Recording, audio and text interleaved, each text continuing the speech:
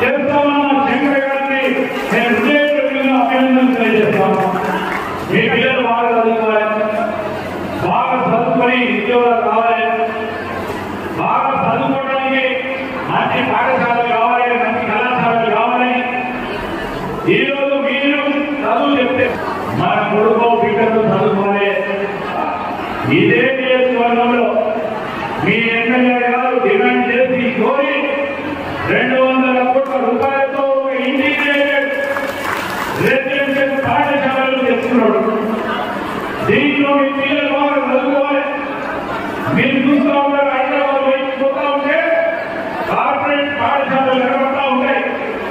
మీరు అనుకుంటే మా పిల్లలకి చదువుతూ బాగుంటుంది, మీ శాస్త్ర సభ్యులు తీసుకొని అదే విధమైన కార్పొరేట్ విద్యకు ధీటుగా పాఠశాల విద్యను అందించడానికి మేము ఆలోచన చేస్తా ఉన్నాం.